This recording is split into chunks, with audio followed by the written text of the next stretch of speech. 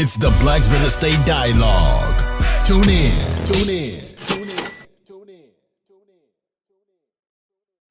Hi, everyone. Welcome to another episode of the Black Real Estate Dialogue podcast. Before we jump into this episode, make sure if you're on the audio side that you subscribe, leave a 5-star rating and review. It helps us out a whole lot. So I look forward to hearing from you. And then also, if you're on YouTube, make sure you subscribe, make sure you hit the like button and leave a comment below. We definitely will appreciate it.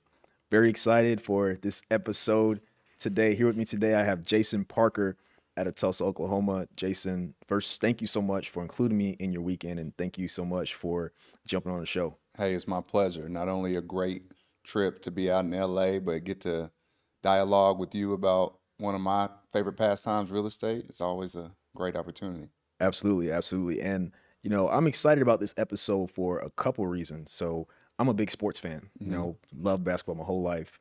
Everybody thought they were going to the NBA, right? Myself included. You had the opportunity to play professionally. So I think this is a great story because we always hear about those who play professional sports and they go broke. You probably know some guys who play pro and they're not in the best situations right now. So I think this is a great story for that reason because, you've been able to achieve quite a lot of success, in particular within real estate. For sure. By God's grace, everything, of course. But yeah, going through that maturation process through being a high school All-American to becoming a Division I All-American to eventually getting my shot to play at the professional level, both overseas as well as in the NBA and NBA Development League, as it was called at the time. Those careers are always short-lived, no matter what we think. We think we're superhuman and man, I'm going to play forever. And before you know it, it's over. And now you're, under 30 years old and you're having to make life decisions. And it's like, can I be as successful in the second half of my life as I've been blessed to be in the first half is always the challenge. Definitely. So in one of our first conversations, we were talking about just the success you and your wife have been able to achieve within real estate. And I know you have upwards of 150 units. So how did you get started? How did you two get started within real estate? Well, I tell people it started with a challenge. As me, myself, being an athlete, I was always driven by challenges. And in this particular situation, my career had ended. I had just finished law school. And I think my wife and I were going to get a car loan or something of the sort. And essentially, the loan officer asked us, well, what do you own? And I'm sitting here, I'm thinking, why does that matter? Like we have the money to pay for the car, we have, good income coming in, we have good credit. Why does that matter? And he essentially was telling us, well, you're going to get a better loan based on what you own. And that question pretty much reverberated in my mind all throughout the next week, so much so that I woke up in a cold sweat thinking, well, dang, what do I own? And so I took that challenge. My wife and I took that challenge, and we basically studied the real estate game for 6 months and jumped into it and got our first single family property on our own in 2016, and pretty much grew from there 2 to 3 properties every 6 months until eventually in 2019 we made the game-changing switch to small apartments, which, obviously we'll talk more about. Definitely. Let's talk about that because when I first spoke to you, you were asking me, what am I doing within real estate and things like that. And I told you, yeah, single family homes. And you told me like in the first call, like you need to scale up. Yeah. Like you need to look at small apartments. Yeah. So talk about that because there are some investors who, you get a single family home, maybe you get one a year and you just go up that way. Talk to us about that.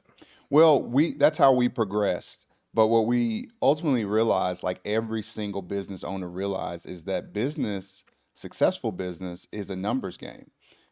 McDonald's doesn't sell one hamburger. Starbucks doesn't sell one cup of coffee. It's scale. And it's no different in real estate. You get to seeing that you are going to make an average of typically $150 to $250 per door in most normal geographic locations. So why not get more and more doors? Not only does scale provide you with security in the standpoint of the I call it the protection and the collection, because the numbers protect the units protect one another, meaning if you have a vacancy, you still have income coming in. But it also provides you with systems, because now all of a sudden I just need one handyman to change out all these locks, to change out all these fixtures. I'm not sending people around to random single family homes. And so there's so much power in the ability to scale, but so often, according to your point, many real estate investors don't take advantage of that. They get the one property, maybe two, maybe three. And what they're robbing themselves is the opportunity to really build a business that does become passive in nature, because the scale creates so much, not only success, but momentum. Definitely appreciate you diving in. So you mentioned initially getting single family homes. Were these in Tulsa? Yes, we've been pretty much primarily in Tulsa and what I call the tertiary market surrounding Tulsa. So anywhere within an hour of the Metroplex. Got you. So talk to us about those beginnings, getting those single family homes and starting to gain that momentum, because it sounds like you spent the 6 months studying, and then, slowly but surely you started to build up your confidence, build up your single family home. So talk to us about that stage. Well, prior to the challenge that really got us going, while I was playing professionally, my dad had the idea to start off with a fix and flip business, and we started that right around '07, and by '08 we had our first properties that were built out. Well, '08 the market tanked, as we all know, and it was just terrible. Like, we couldn't sell anything. And so, unbeknownst to us, that was the beginning of our buy and hold journey, because we pretty much transitioned those properties into buy and hold rentals, where we just started renting them out. Well, over the course of this 6, 7, 8 year odyssey, we got to realizing that, hey, this is actually a good little business structure. So fast forward, I get the challenge from the banker, and I'm like, well, we kind of already know this buy and hold real estate game. So we pretty much dove headfirst into that. We bought our first home with our own money, paid for it completely cash, and we realized that that was a huge mistake, because you cannot scale that way, and you're quickly out of capital, which is basically your growth serum. And so, with no fuel to move forward, we went to the bank and said, "Hey, we've had success now with these one or two properties. How do we move forward?" And the bank pretty much started to show us a litany of different programs that they have, that allowed us to move forward and purchase more properties with very small amounts of capital. And so, doing that year after year over the course of 3 to 4 years, again, we're like, we come to the next threshold in our business, and it's, how do we grow even faster? And that's when we stumbled upon small apartments. And so we pretty much started investing in units, in complexes with units between 2 and 20 properties. And all of a sudden, doing that, buying a complex every 6 months, whether it was a 10 unit or a 20 unit, it just pretty much took us from having $2 to $3 million worth of real estate to over 10, essentially overnight, what it seems like at this point. Definitely. You talked about some of those loan programs that were able to help you, where you were able to buy properties without as much income. So you're talking about like 10%, 15% down, or Actually free, actually 0% down. These were homes where these were programs where if you were able to find the distressed asset, and the distressed asset was 25% market value, that basically counted as your down payment. So if it was $100,000 home, if you could cover all the repairs and the purchase price in less than 75,000, the bank would cover all the repair costs, and you basically didn't have to bring any money down. wow. And so we really jumped in 10 toes down on this program and started to do the research, do the legwork to find these properties without basically having any money out of pocket. Wow, that's crazy. Yeah, That's yeah, crazy. and that's one of the things we teach now in our system, is that you have to constantly be calling banks. It should be a regular, routine task within your business, because you never know what you're going to find. Definitely. How do you recommend people go about reaching out to banks? Like some people say you should use small local banks. Some people have other opinions. If someone wants to know what type of banks they should look at, what they should ask, like what are your thoughts on that? Well, we have a whole system that's laid out with the specific questions to ask bankers, so you get the most bang for your buck. We actually teach people how to schedule throughout their month where they're regularly connecting with not only bankers, but also brokers and contractors, which are the three gatekeepers to the real estate game. And so if you're constantly building these networks out, you're going to have the opportunity to win in a major way. But to answer your question specifically, as it relates to banks, local banks are going to always have more flexibility because they're heavily invested in the locale or the geographic location. And so, but what was unbeknownst to us was that local banks actually have a huge spectrum on what they can offer. So while Bank A may be able to give you 25% down, or you only have to bring 25% down, Bank B may say you only have to bring 15% down. Or Bank C may say, we need these 10 items before you can work with us. And Bank D may say, we only need one thing for you to get started and we're ready to go tomorrow. So there's a lot of different things that will be more palatable to your specific situation. That's why you've got to make it a point of emphasis to always be making those calls. Definitely, definitely. So you alluded to it earlier, like a turning point where you and your wife realized, all right, we've been getting this single family homes, it's been going well, but how do we grow larger? And you mentioned targeting 2 to 20 units. And so can you talk about just from a strategy perspective, what did that look like? Because, if you're looking at maybe 8 to 10 units, is a little bit different than if you're looking at a single family home, just as far as like what you're calculating, what you're looking for. So can you speak a little about that? Yes, Just for like sure. the shift you had to make. Well, first of all, as what often happens, life happens, right? Which causes us to have to make a shift. Part of the reason we made that shift was not only because of our ambition to want to grow, but also because that program that I mentioned earlier ended essentially. So we no longer were able to take advantage of getting properties with no money down. So we were like, what is our next step? We knew we were having success, but we wanted it on a higher level. And that's when we made the decision, let's start looking into multifamily. Well, we didn't know how to do it. We didn't first of all, have the capital to do it. And so again, it was through this process of calling banks and virtually learning what the process was. And what we ended up embarking upon was we were able to refinance all of the properties, which I think we had about 25 units at the time.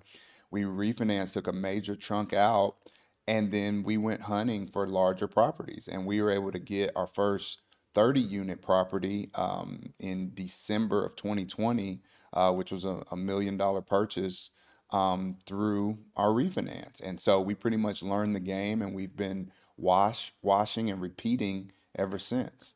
Wow. Talk to us about that. So was it 30 unit, the first multifamily? Yes. Wow. So you went from, you said 25 single family units, and then you made a big splash. I thought you were going to say, oh yeah, we bought a 6 unit, but you said we went for 30. So Yeah. talk to us about that, just, how you found the deal and financing and all that stuff. Well, again, it's always going to be about bankers, brokers, and contractors. If you've got those people on your team, you're going to be able to accomplish anything you want in this real estate game. And so we then begin to build out our connections with brokers because they're the gatekeepers of these commercial properties.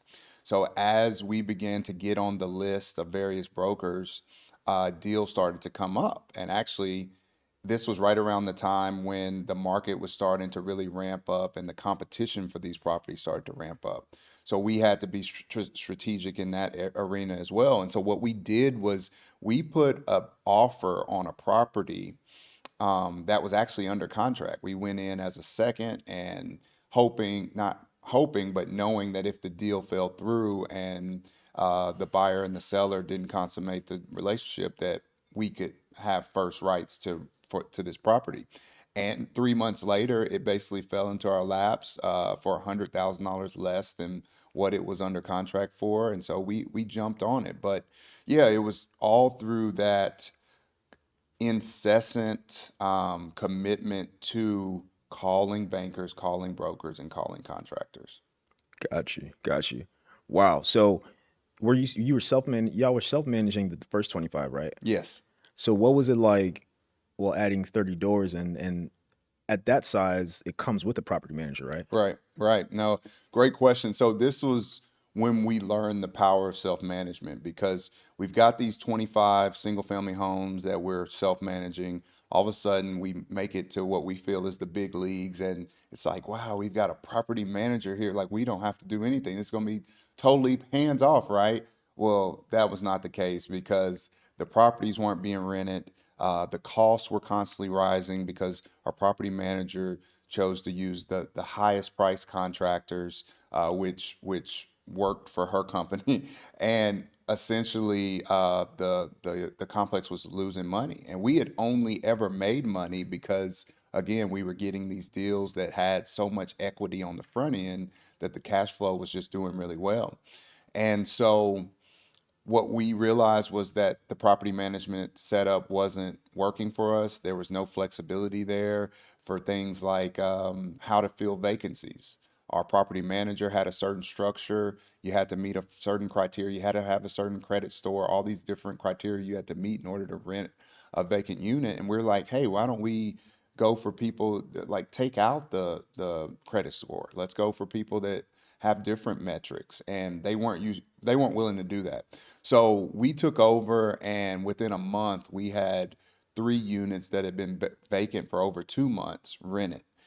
We began to use more handymen and contractors that we knew rather than high price contractors. Like I said, we had really started to build out our contractor connections.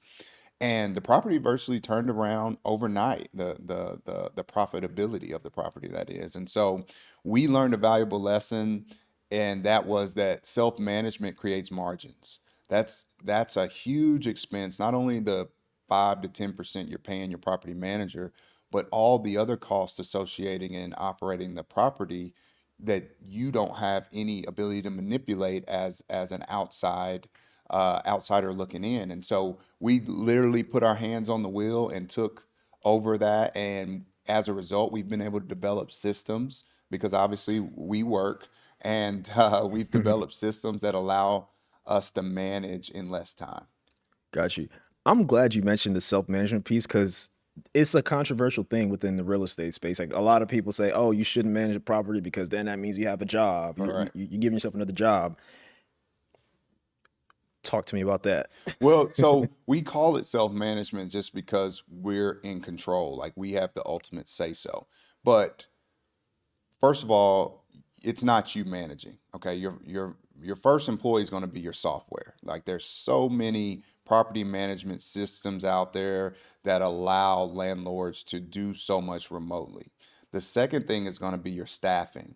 You are going to hire some people, whether it be on a part-time basis or a commission basis, that are going to allow you to be more hands-off with the day-to-day operations of the property, of managing the property.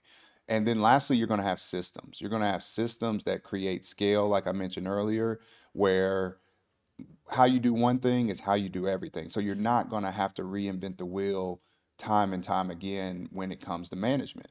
You take one system and you apply it to properties again and again and again, and you continue to build out your staff, you continue to leverage the software, and it all allows us to manage over 150 property units in less than 10 hours a week.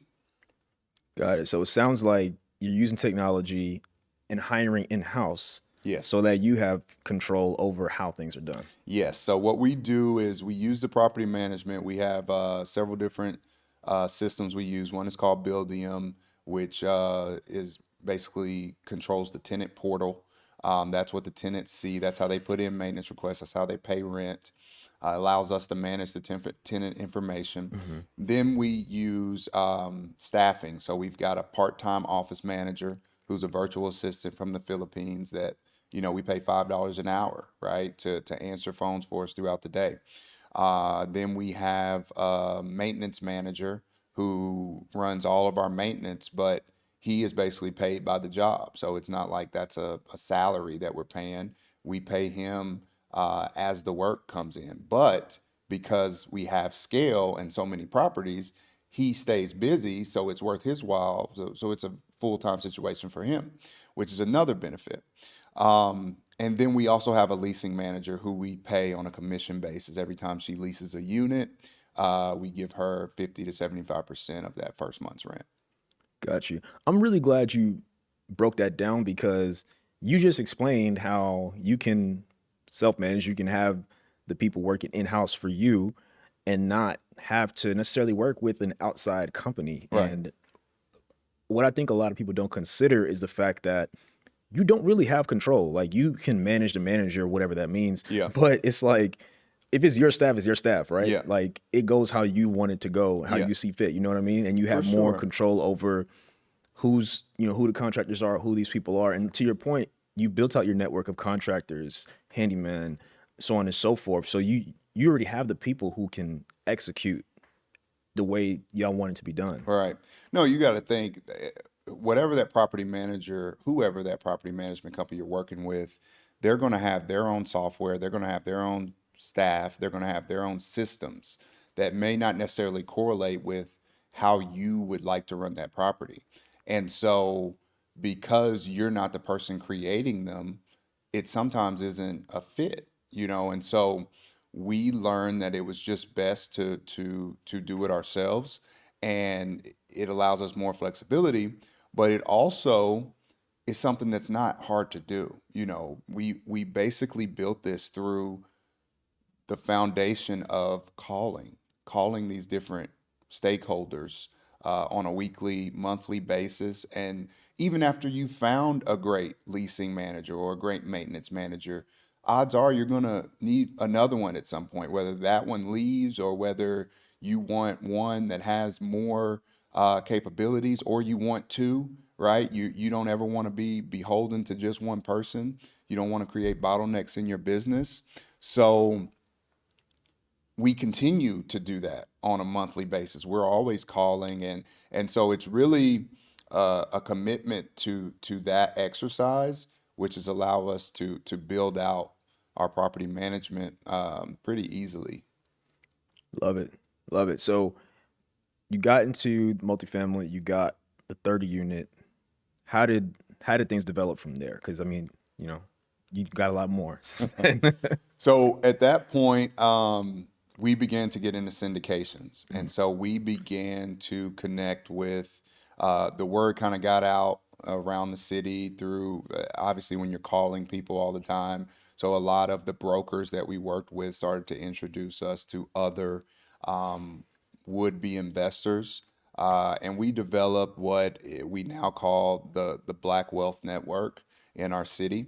And we've got a team of probably about 25 working professionals, doctors, lawyers, financial advisors within the city who want to invest in real estate and really have a mindset to develop our community as well as make some money, And so we started syndicating deals and buying deals through the capital of 6 or 7 investors.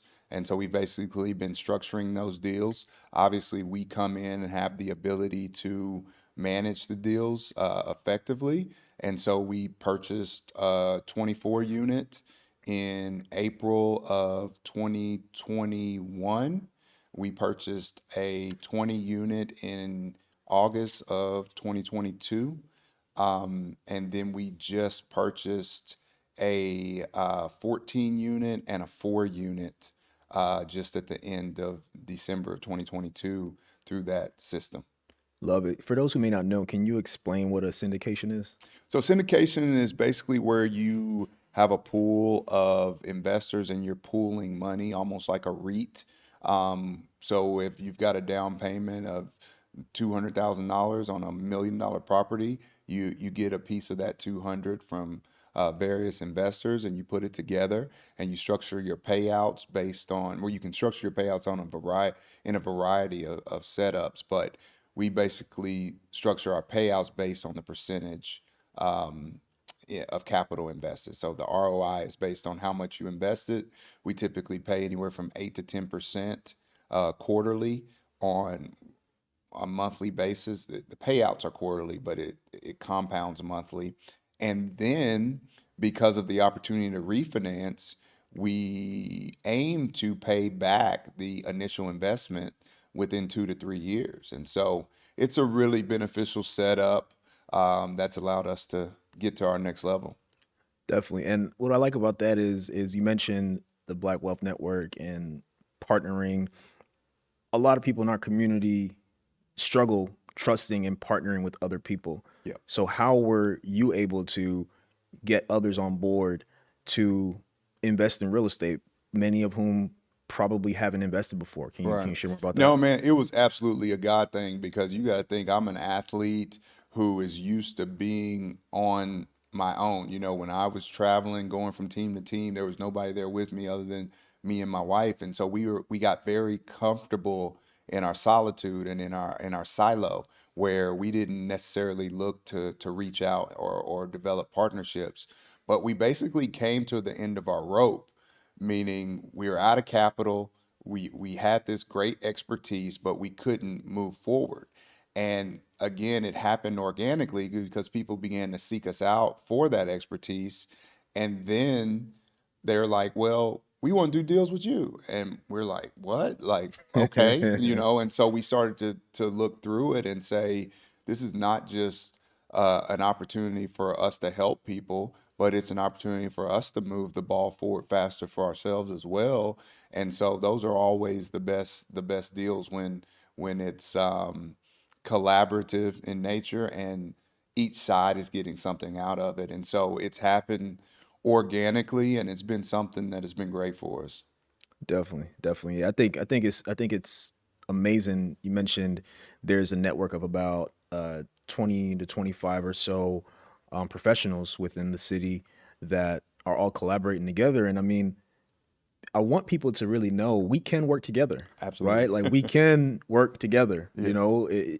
We can trust each other. Yeah. You can find people who want the same things that you want and are striving for the same things that you want. So I appreciate you breaking that down and really explaining how you're able to collaborate, and then everybody wins. Well, real estate's a team sport first and foremost. And so I don't care if you're Grant Cardone, if you're Donald Trump, Magic Johnson, like your capital is only going to go so far in this real estate game. I mean, when you're putting down $1 million on a 20-unit property, that's a small deal in this grand scheme of things.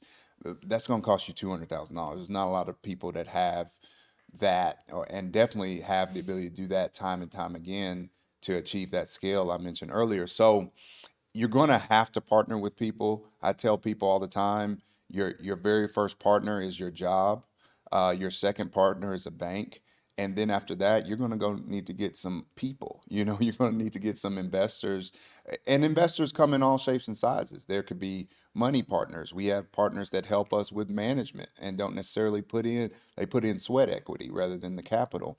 And so you have other partners that come in and bring sort of the brain trust element. They have the knowledge where they can kind of help your business grow from a wisdom and experience standpoint. And so you're going to eventually need to partner with people in some form or fashion. And so at first you have to be open to that. Mentally, you have to be there, accepted of that.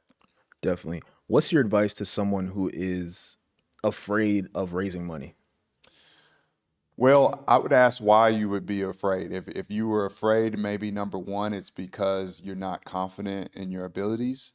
Number two, you may be afraid because every investment comes with its share of risk, and you may be afraid that you can't pay back the investors what is promised. And so both of those deals can be solved with expertise and wisdom, because if you know more, you're going to be able to have more confidence in the deal. You're going to be able to build in more margin, as we talked about earlier, that is going to allow you to be able to pay back your investors. And then your experience is also going to tell you that everything has risk involved, right? It could potentially go wrong, and there are fail safes for that as well. And so it's just about getting more knowledge to make you all the more dangerous. Definitely, definitely.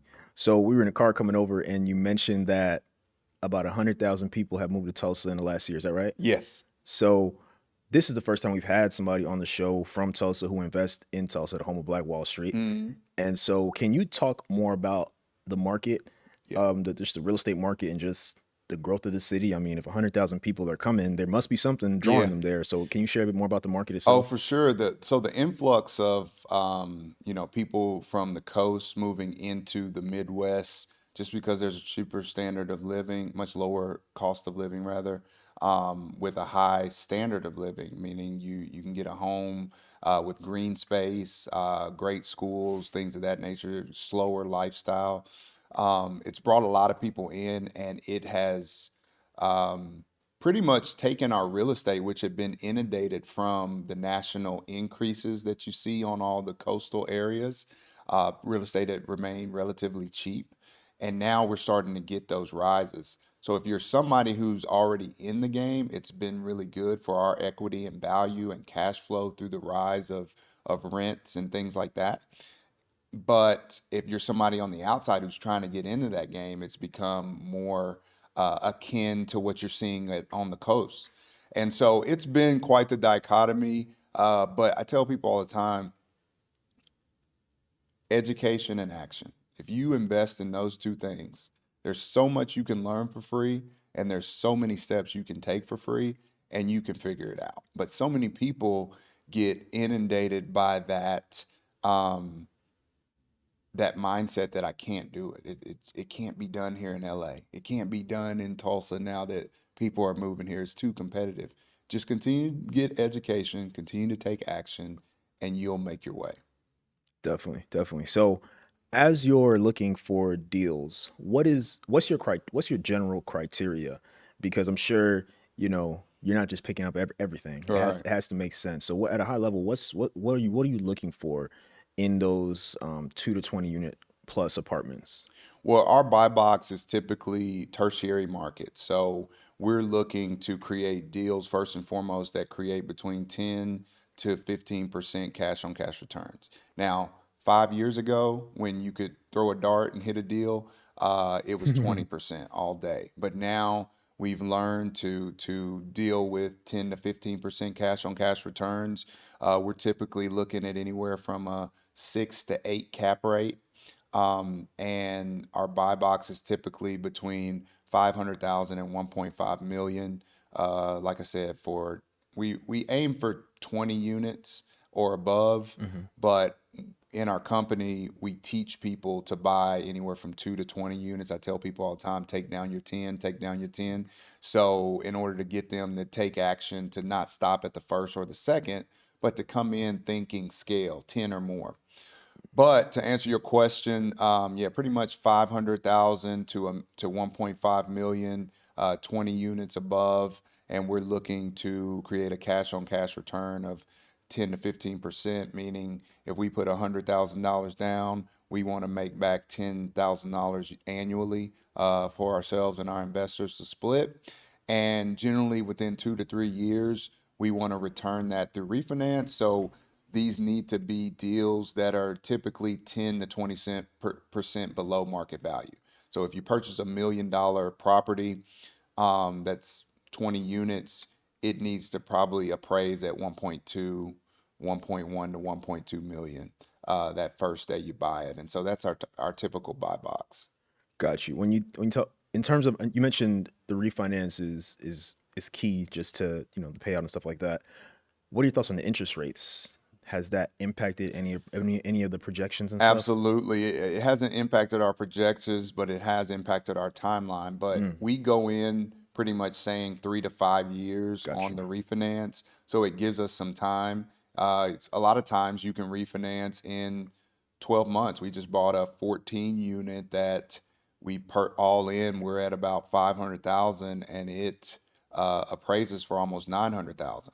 So we can literally go get our money back right now if we want, but then we're saddled with that high interest rate, which is going to give us a higher mortgage payment, which is going to eat into our cash flow. Now the numbers still work, but it's our ace in the hole. Why not wait? And let's say that rate comes down by a point and a half. Well, now that may be $1,000 more in cash flow a month, in addition to the equity that we're going to pull out. So it's a waiting game. Got you. That makes sense. So when when you refinance, is it paying the investors back? In some cases, I'm sure each each property is structured differently. Is one of them like you refinance, you pay them back what they paid, what they invested, and then you retain the equity, or how does that work? So you can structure it in a variety of ways. How we structure our deals is through what I call infinite returns. What we're trying to create is infinite returns, and so we're trying to pay back each of our investors what they put in the deal, and they continue to reap the rewards of their investment year after year. So they continue to not only do benefit from what I call pets. It's the reason why everybody gets into real estate. It's profits, equity, and tax savings. You only get those benefits in anything that you own. You don't get those benefits as an employee, right? So you have to be an owner of some sort of asset. So what makes real estate unique is that you can take advantage of profits, which is monthly cash flow. You can take advantage of equity through refinance, and you're getting tax savings on top of that. So these aren't cashed as, or they aren't taxed as ordinary income. So it's really beneficial. So we aim to, if we take $100,000 from you, we're aiming to pay you back $10,000 annually, which you may say, that's pretty cool, but that's nothing to get too excited over. Well, then when I tell you I'm going to pay you back that $100,000 in the next 3 to 5 years, and you're going to continue to get that $10,000, that's an infinite return. That is worth getting excited over. And so as long as we own the property, we aim to pay that back almost like an annual dividend, what you see with a stock, year after year. Definitely, it makes sense. Couple quick terms. Could you just go back again to explain cash on cash return, Yes. cap rate for Yes. people who may not know? So cash on cash return deals with how much your capital invested versus the capital you're receiving. So if you're putting in 100,000 and you're getting back $10,000 annually, that's a 10% cash on cash return.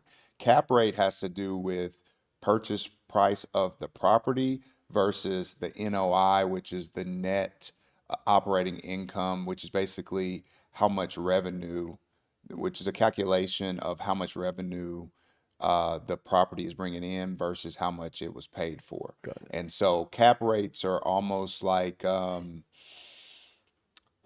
comp rates in the single family space, whereas you're going to take a cap rate.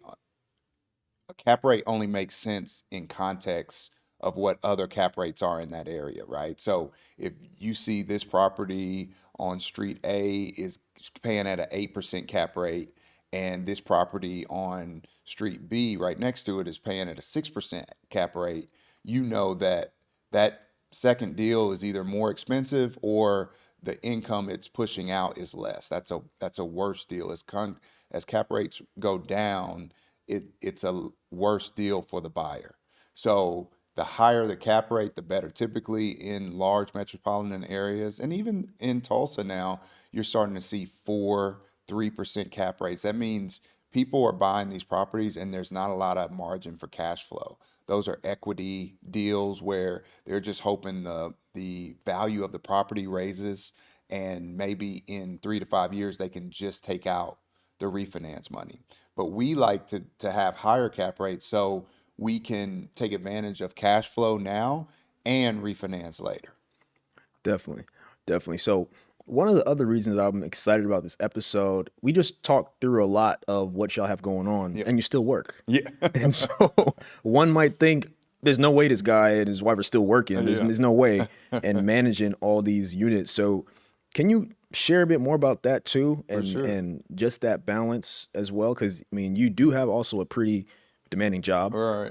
So talk to us a little more about that, 'cause I'm sure a lot of people can relate. Well, yeah, man. Like I mentioned, we've been investing since 2016, and we've been growing, and we've had these different iterations of our growth, and essentially to where we've begun to bring people in as investors, and it's caused our knowledge and expertise to become more well known.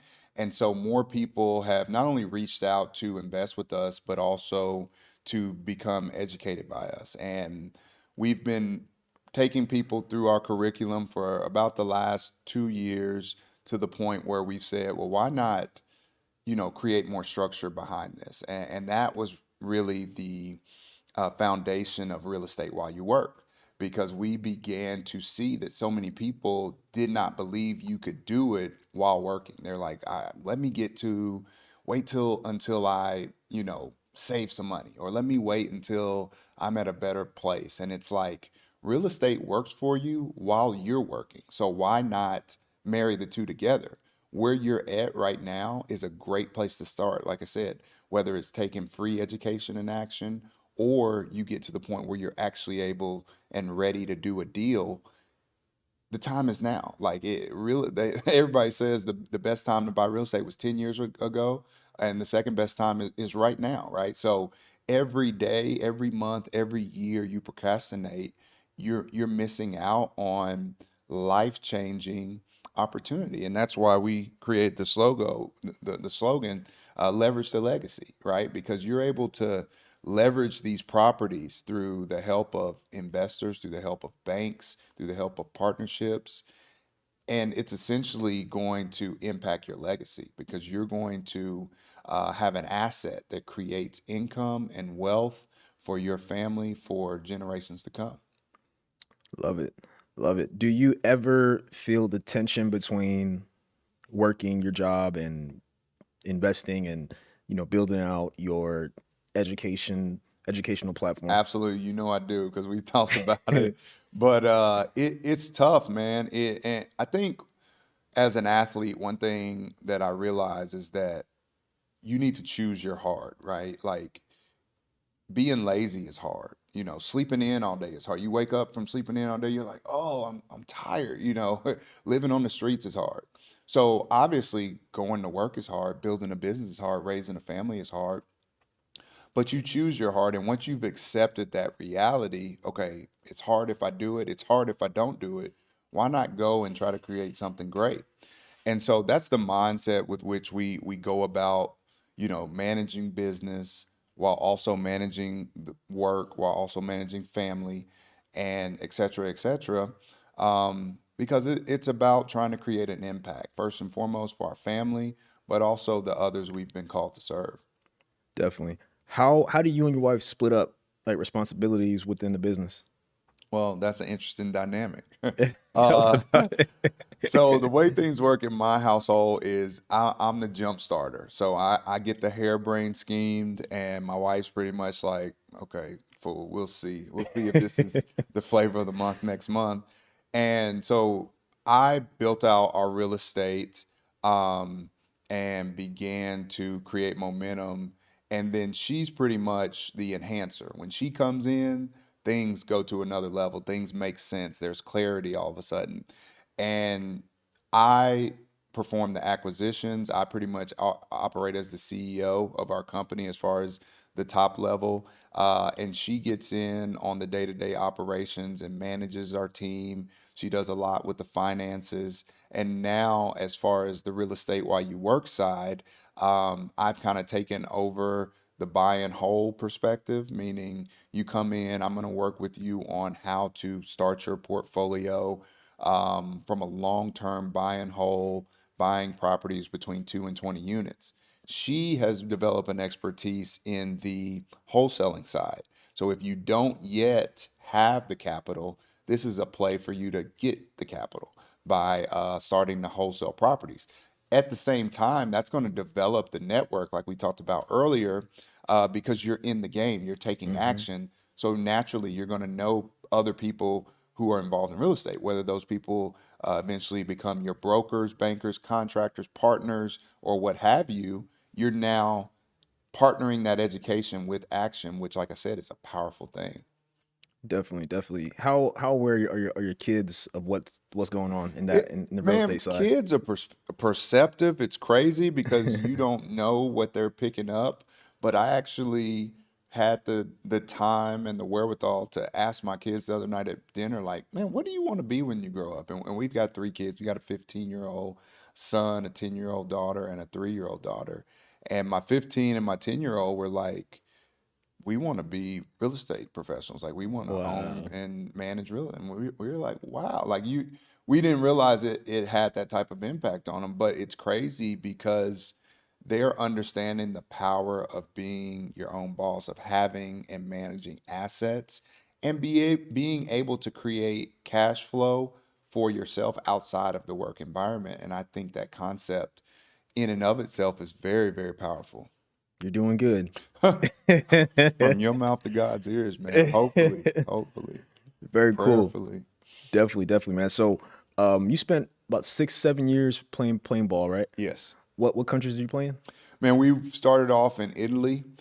We then went to Russia, actually Siberia. We were out in the coldest part of Russia, the coldest Wow. regions. And then we got the opportunity to spend 4 years in Italy, going back and forth between Italy and Greece, which was very, very cool. And then my last 2 years, I was in the NBA G League with the San Antonio Spurs affiliate team. So Got you. So, from overseas, what was that experience like for you? I'm sure a cultural immersion and just the different things you're able to learn from the different countries, in addition to, like, of course, playing. What was that experience like for you and your wife man, to do together? it's like a fine wine. It's one of those things that grows on you, and the more, even as you get further and further away from it, that experience means the meaning of that experience is ever expanding and increasing. I even coming out here to LA, I just feel comfortable because I've been able to travel the world, experience a variety of cultures and cuisines and all that. And so you understand how to move, you understand how to assimilate, which was not the case when we went there, right? Coming from Tulsa, Oklahoma to, Russia, Siberia, Russia, we're like, where in the world are we? And we pretty much were homebodies and stuck to ourselves. But as we grew and had more experience, we began to venture out. We began to make friends and opportunities. And actually, this summer was our first time going back to Europe in more than 15 years. And we just picked up where we left off because we that's ingrained in us now, right? Yeah, And so those experiences are indelible and they give you so much greater perspective. And so as you get older, you appreciate that perspective more and more because it applies to more situations and you're able to leverage the value out of that opportunity. definitely. Which was your favorite country to play in? By far, it was Greece because Greece was the most like America. So there were malls, there was Starbucks on every corner. You hop in a cab and the driver speaks English. Italy was very much a foreign culture, and they wanted to keep it different from Westernized civilization. They very much valued Eastern thought processes, and so it was a little bit harder to assimilate. But yeah, that Greece was beautiful, man. Yeah. What was it like playing? Did you find the playing style to be different? Was it difficult to be like the American on the team? What was that experience like for Yeah, you? there were some difficulties for sure, and again, it was a process that grew me as a leader. It grew me as far as my mindset, but it was a different style of play, no different from.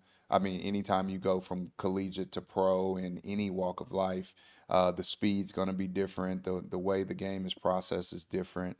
But yeah, there were some definite cultural barriers, some communication barriers that we had to overcome, but we eventually, like I said, assimilated and figured it out, and we're better off for it. Definitely. So you did mention you had an opportunity to play in the D League as well, and so close to the dream. And I know you had a knee injury. Yeah. What was that experience like for you? I could imagine. I can only imagine what that felt like to be so close and you get hurt. Well, man, it's levels to everything, right? Like, Hmm. so I was close as close can be, Hmm. and the difference between me and the guys that end up making it is still a gulf there, right? And no different from that actor that is so close, or that would be CEO that is so close, or that would be, entertainer. And so you get to learning that there's levels of commitment, there's levels of expertise. So definitely diving into your craft at a higher level is a real thing. And that's why we're so big into what we do now, because we continue to unlock levels of expertise as we scale from 10 to 20 to 100 to 150 to hopefully 1,000 units, as we scale from, learning to teach 10 people how to do this to learning to teach 100 and 1,000 and hopefully maybe one day 100,000 through real estate while you work. We started to learn the process of unlocking levels. But overall, the biggest takeaway for me was that identity crisis, that whenever you lose something that has been so close and ingrained in your life, that you have what I call PTSD. I have post-traumatic sports disorder. And I was just lost. I didn't know who I was without the game of basketball, so much so that I nearly flunked out of law school my very first year out of being a professional athlete. And so, again, I found that once you've learned how to be an expert at one thing, you can apply that to multiple things. It's just about finding that thing. And so, again, I'm sounding like a broken record, but education plus action is the way to find that thing and the way to develop that expertise. And so, again, life is cyclical, right? You learn something that was a lesson way long ago, and it continues to play out in your life over and over again. And so that's been a beautiful thing to, now that we see this train coming, let's jump on it. Let's Yeah. go for the ride instead of letting it hit us and run us over and causing pain and strife. So it's been all glory to God, man.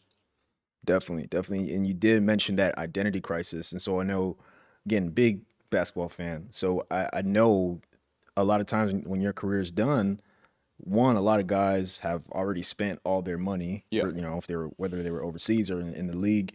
And two, they don't know what to do. Right. And a lot of times they just stay there and Yep. don't ever really get back on track with something or figure out the next phase of life. Yeah.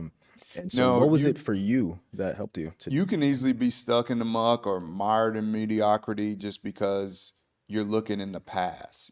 For us, and I'm not going to say that didn't happen to us, because I mean, the amount of money I had my last day playing professional basketball versus the amount of money I had maybe 2 years later was much less, So you're used to living fast, you're used to living a certain lifestyle, and that money siphons, right? And so it was only through God's grace just to realize that, hey, we've got to do something different. How do we do this? Well, how did we get to where we are now?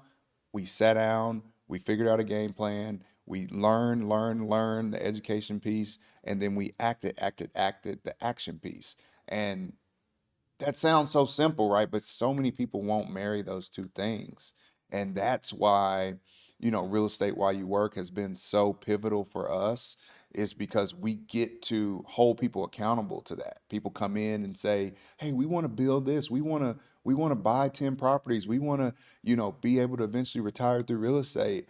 But 2 months later, their actions aren't lining up with that, and so being able to pull them back into who they want to become, that person they said they want to be, has been something that has had so much value for us, because it served as an accountability piece for us as well. And so, as we all know, we're better with coaches. I was best in my life when I was being coached, whether it be at the high school, college, or pro level. And so often as adults, we forget that. We no longer want to be coached. We want to do it all ourselves. Well, the highest paid athletes, the highest paid musicians, the highest paid entertainer, the highest paid business people, the highest paid CEOs have coaches. Like, we're not above having one either, So that's been a learning experience for us.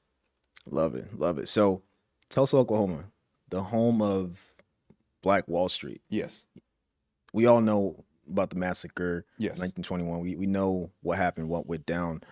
One of our conversations prior to this, you mentioned that area of town is still going through some challenges. So I guess, can you talk about the significance of what you're doing in the city, and I guess maybe the dichotomy of some of the things that are still challenges For sure. in the city too.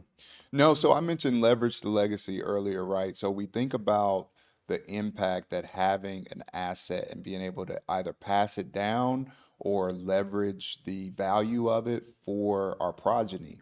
Well, when that is taken away, when that is disrupted, the opposite happens. I don't know what's the antithesis to legacy, but it's it's a negative thing, right? And it has resounding impact in much the same way. And so when you think of that reversal of legacy for virtually hundreds, if not thousands of Black families in that North Tulsa area that happened, that occurred in 1921, and a lot of people don't know, occurred thereafter. You know, there was continued reverberations. That wasn't just a one-time event. And so because of that, you don't have the legacy there, you know, where you may have had the Black Donald Trump, you know, the Black Trumps or the Black Hiltons or, you know, the Black, you name it. You no longer have that. And in its place, you have poverty, you have sickness, you have strife, you have loss of life, right? And so being able to see this play out in real time, not that I was there from 1921 to now, but just even in the 30 years that I've been in the area, it weighs on you, you know, and it places a burden on you. And so us in the group that I mentioned, the Black Wealth Network, that's been a big part of our heart, and our mission is to purchase properties in the North Tulsa area in order to help with that revitalization process. And so you can't live in that area and especially be a Black person or person of color, period, and not feel some sort of calling to do your part to help. Love it, love it. And before we wrap, what does the future look like? What are some of the goals that you have for the business? Well, we continue to grow our real estate piece. We're diving more and more into the educational piece. We actually have our first book coming out, Real Estate While You Work, Turning Your Professional Power into Profits. That'll come out this summer. We're aiming for a June 1st release. And we're just constantly growing, man. We've got the YouTube channel now, as well as the Instagram. And so we're trying to provide more touch points of education that hopefully help people get their piece of the leverage to legacy. Love it, love it. And, you know, I think this has been a very, very inspirational interview. I think it's amazing to see, you know, how you were able to get into the second half of life, right? The second phase of life along with your wife and going from the single family homes and scaling that up pretty well, and then having that turning point and, you know, scaling up. Right. And then taking it to the next level and partnering with other people and bringing others on board.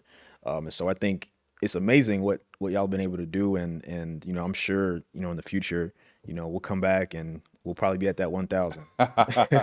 Well, like I said, from your mouth to God's ears, man. And it's great having opportunities like this to kind of relive that and button it all up and put a bow on it. But Lord knows it hasn't been as easy as we're making it. There's been some trials and tribulations. But overall, like I said, you choose your hard. And when you're doing the right things, positivity is the harvest that you receive. And so it's been a great thing, man. And like I said, it has to be positive if we're at the point where we want to teach others, we want to contribute to others' success. And so I would just encourage everybody to, if you want to connect with us, go to realestatewhileyouwork.com. We've got a free small apartment success system that you can download, and it basically gives you the blueprint for the things I talked about in our talk today, which is just making those contacts again and again and again. It just walks you through how to either get your first deal in 90 days or get really close to your first deal in 90 days. And so this has been awesome, man. I appreciate you having me on. Absolutely, absolutely. And thank you to everyone for listening to another episode of the Black Real Estate Dialogue podcast. If you haven't already, make sure you subscribe. If you're on audio, make sure you leave us a 5-star rating and review. On YouTube, make sure you like, make sure you subscribe. Thank you all so much. Look forward to talking to you soon. What's up, y'all? Sam here from the Black Real Estate Dialogue podcast. Thank you so much for watching another episode. Definitely take a moment to subscribe. Make sure you like this video. Also, visit our website, blackrealestatedialogue.com, and follow on Instagram @blackrealestatedialogue. Talk to you soon.